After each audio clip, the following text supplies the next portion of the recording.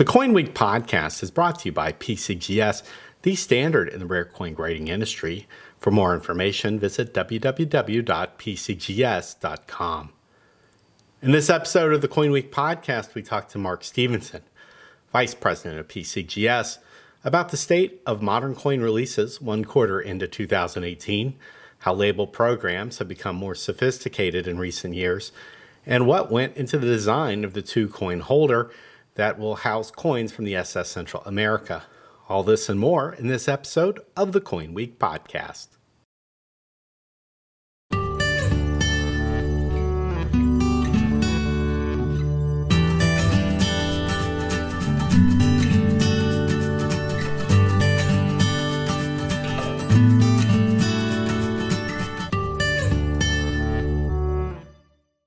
Hi, Mark. Thanks for joining me on the CoinWeek podcast.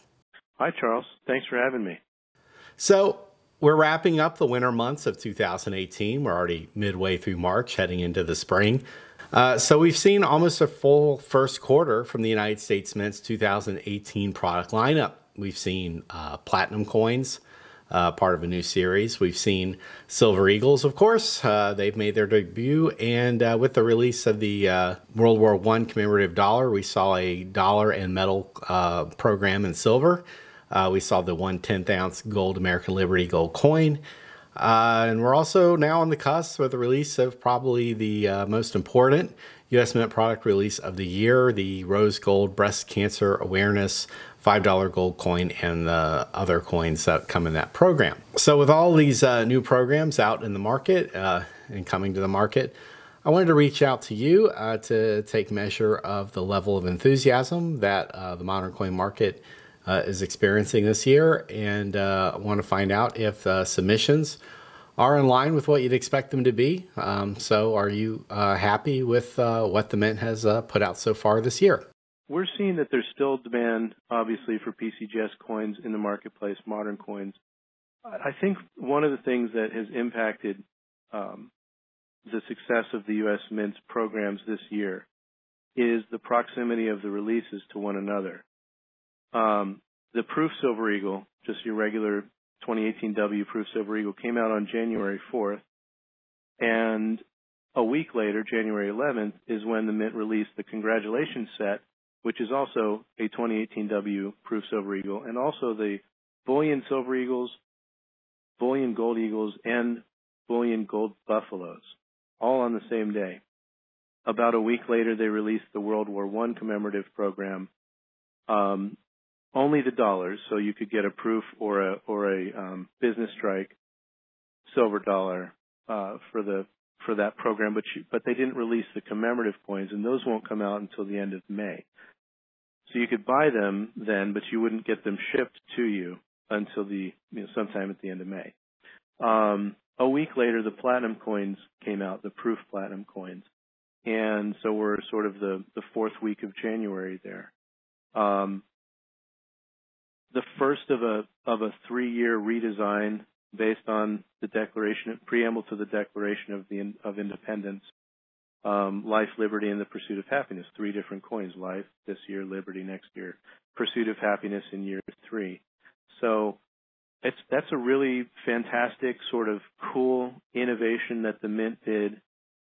But I think that overall the Mint sales are down dramatically, and part of it has to do with how close in time each one of those programs came out. Each one of them needs its own ramp-up period, its selling period, and then sort of a wind-down period while the next program gets ramped up and promoted in anticipation of its release.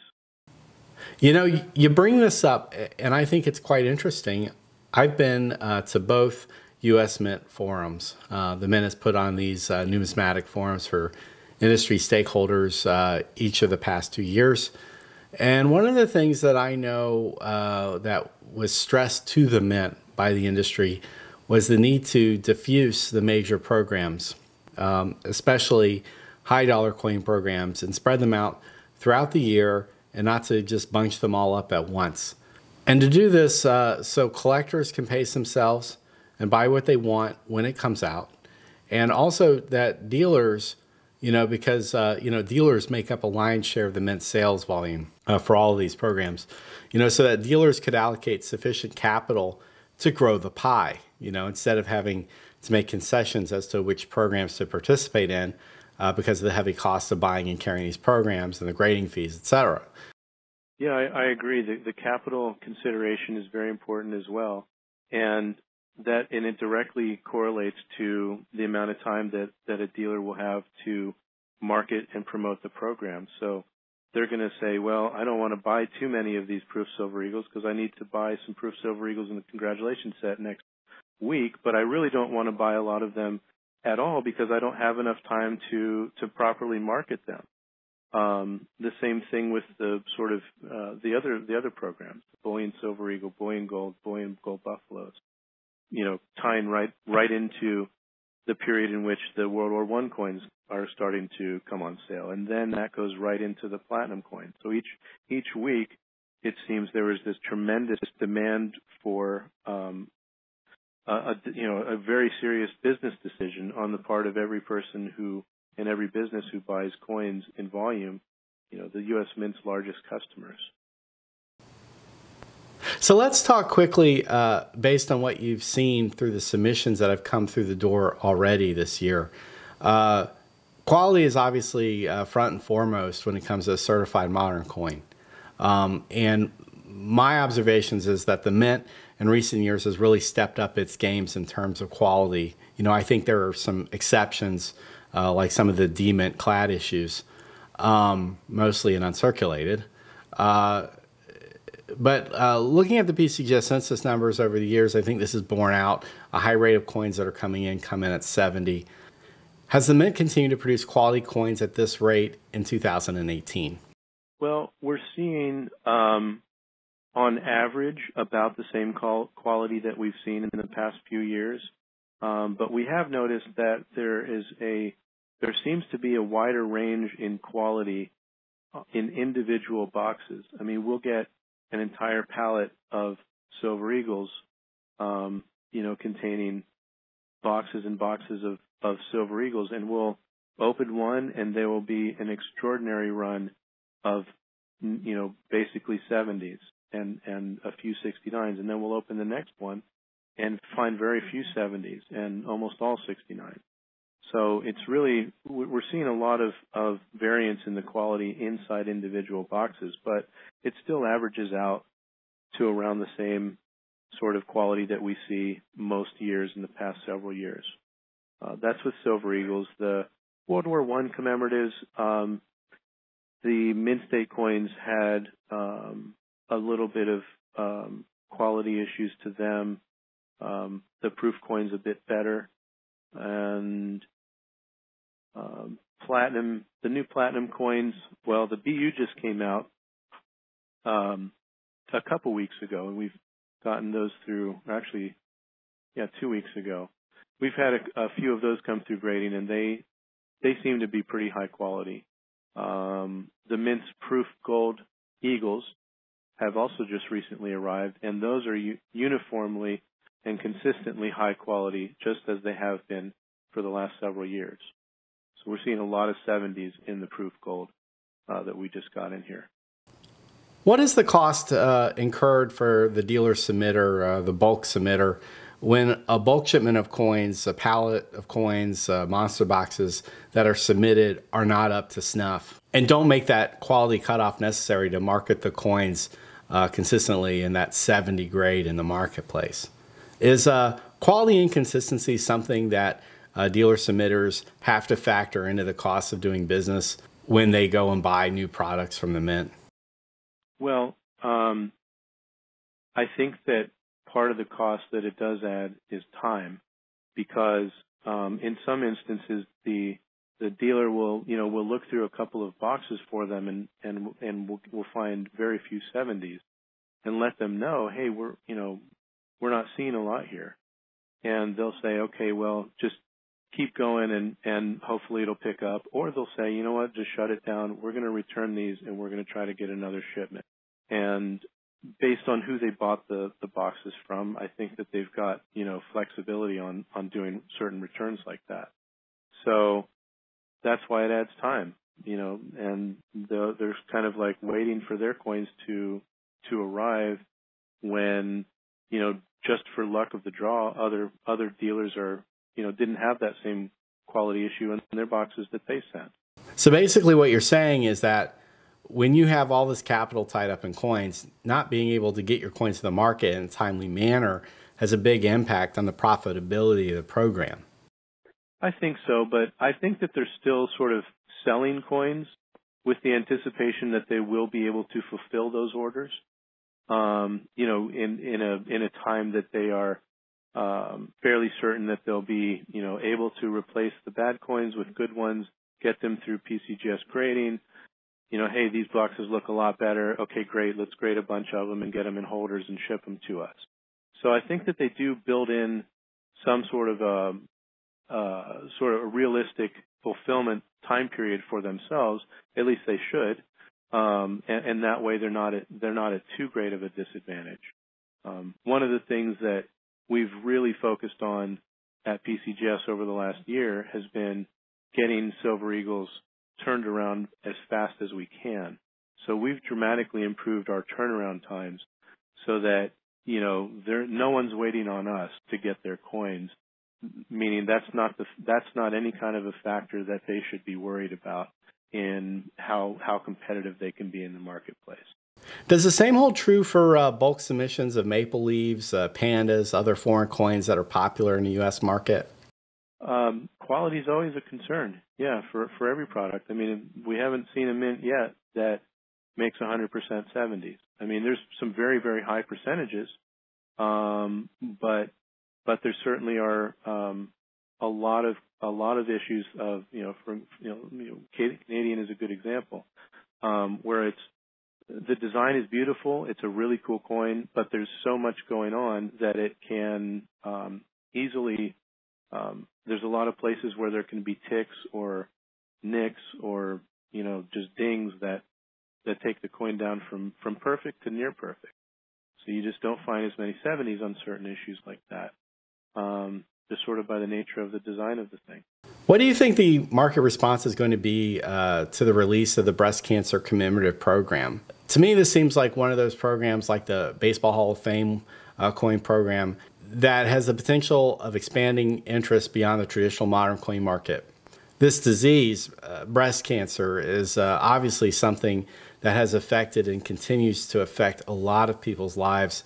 And this is a topic also that has a widespread built-in base of people who are interested in supporting the cause.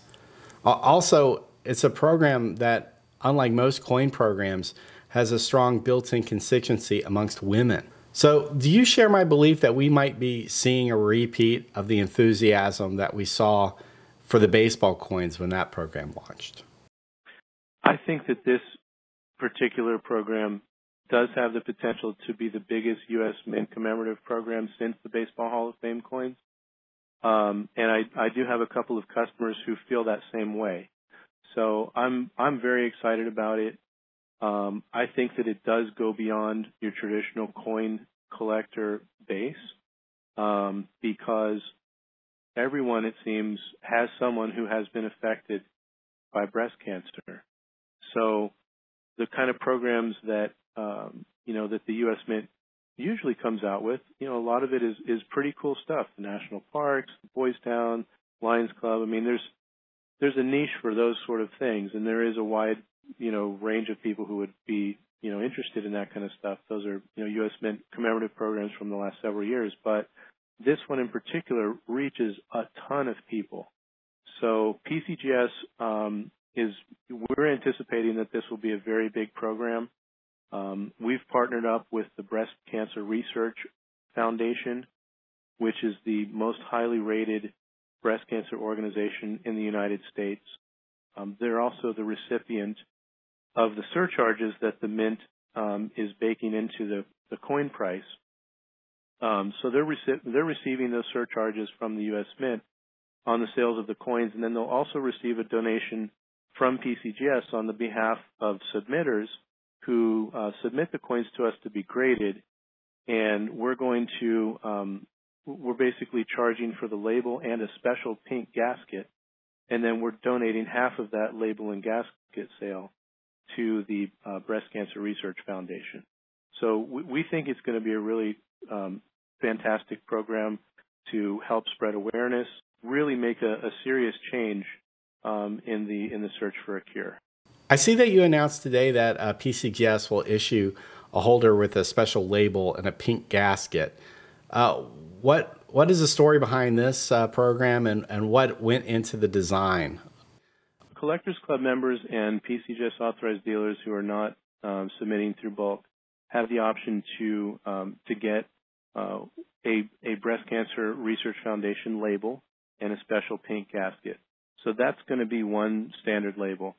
We will have a couple of other label options that we create for bulk customers that are also BCRF, also pink label. So there will be options available through bulk as well. It seems that a lot of thought goes into the marketing of certified coins, above and beyond where we were with the introduction of the slab, and even beyond where we were with the introduction of like the First Strike program many years back. You know, new collections, hoards, modern issues, even regular issues, all have developed for them these custom themed packages, you know, these multiple label programs, signature programs, you name it. When it comes to these modern programs, how long is the development time from product announcement to label creation and program placement with market makers? It seems that this market has become even more competitive in recent years. And because of this, we're seeing a big shift towards custom programs and label variety, especially for things like the Eagle series. Well, that's a good question.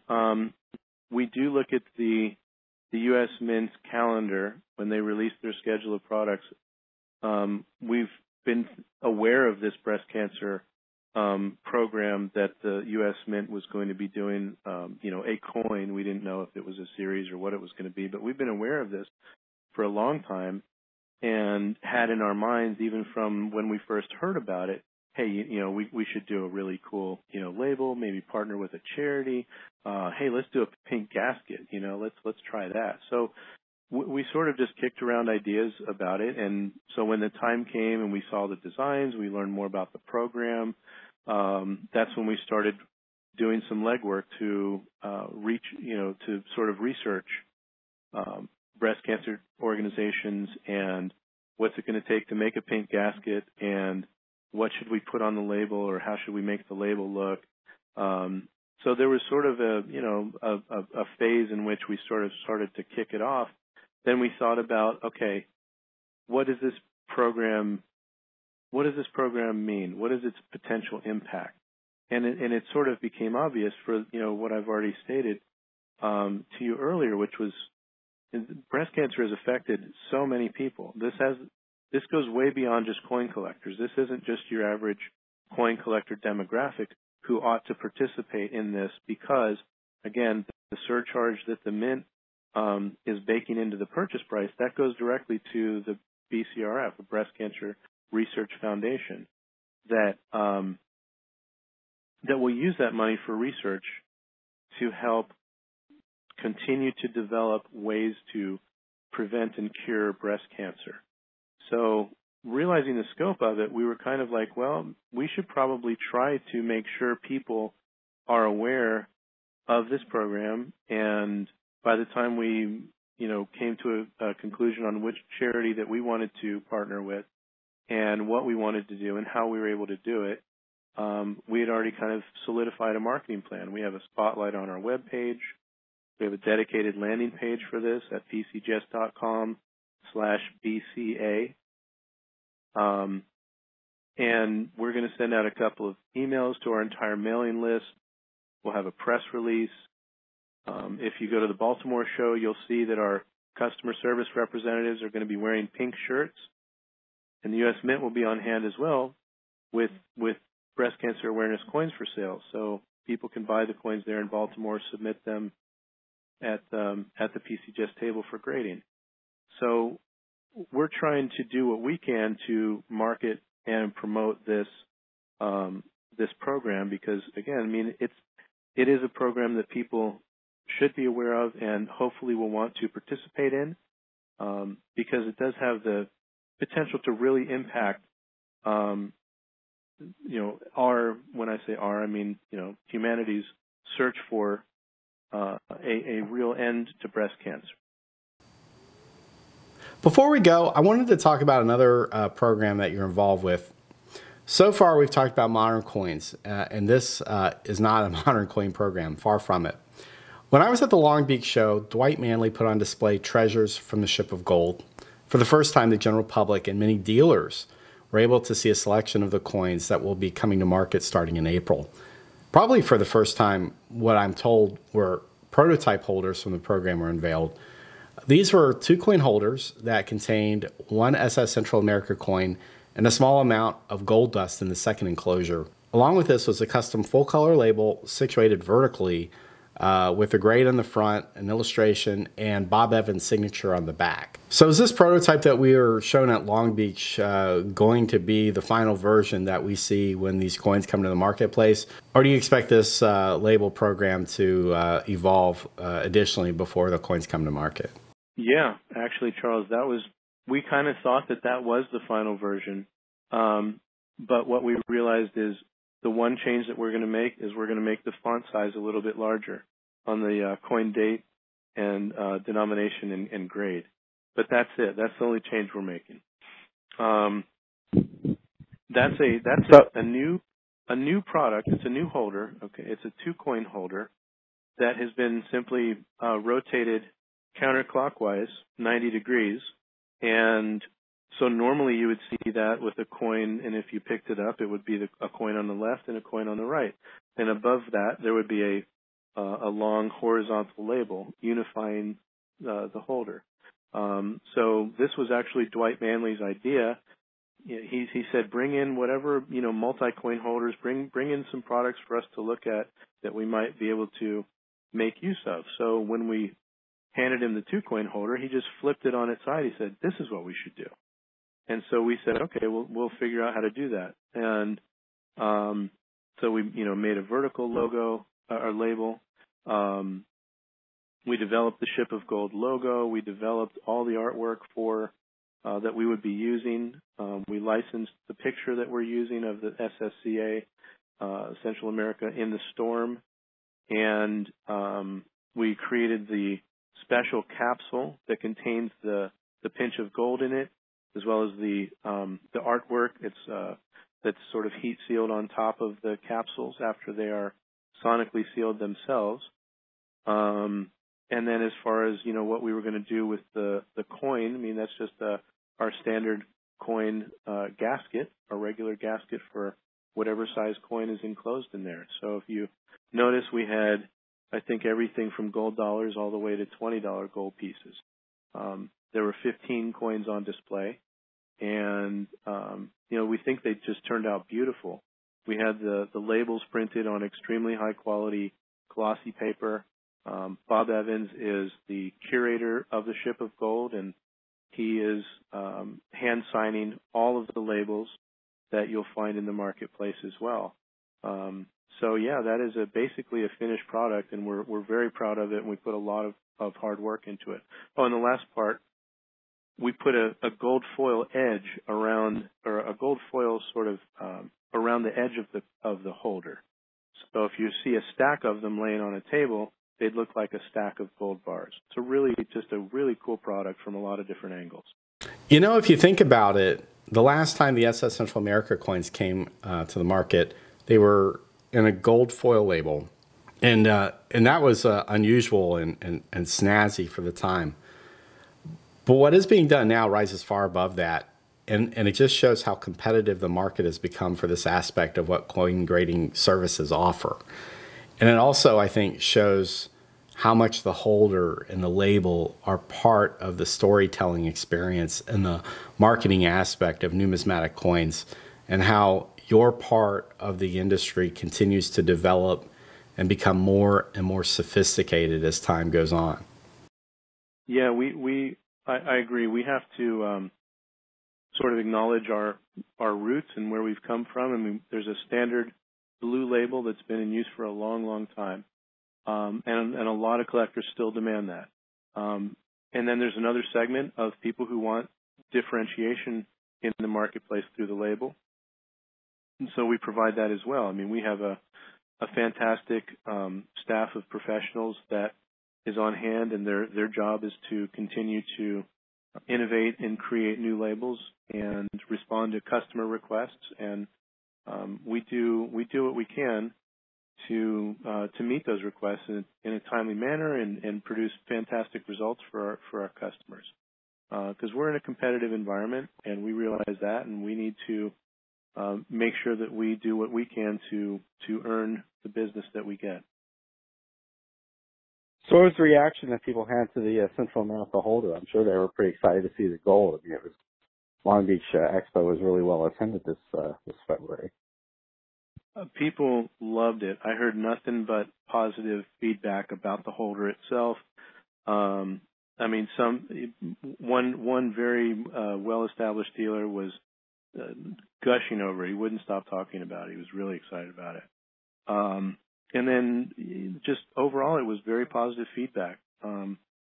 People were excited to see this. This has never really been a product that's been on display, meaning the 2-coin holder, and the fact that it's in the that the Central America coins are being holdered by PCGS is even more cool to it. So PCGS is the official grading service of the ship of gold, and we're very proud of that fact, and we're happy that we're able to produce something that Dwight and his team are happy with. Well, I look forward to seeing how the breast cancer coin program plays out. You know, the Otherworld Mints have known for several years that the growth area for them is expanding their product line beyond the traditional coin collector. And this coin most certainly does that, even if it was the result of a congressional mandate and not a market-expanding decision on the part of the Mint. I'm also excited to see the SS Central America coins as more of them get holdered, and we'll follow that story as it develops as well. Me too. Me too. Very much so. All right, Mark, thank you for joining me, and I'll talk to you soon. All right, Charles. Thanks for having me. Take care.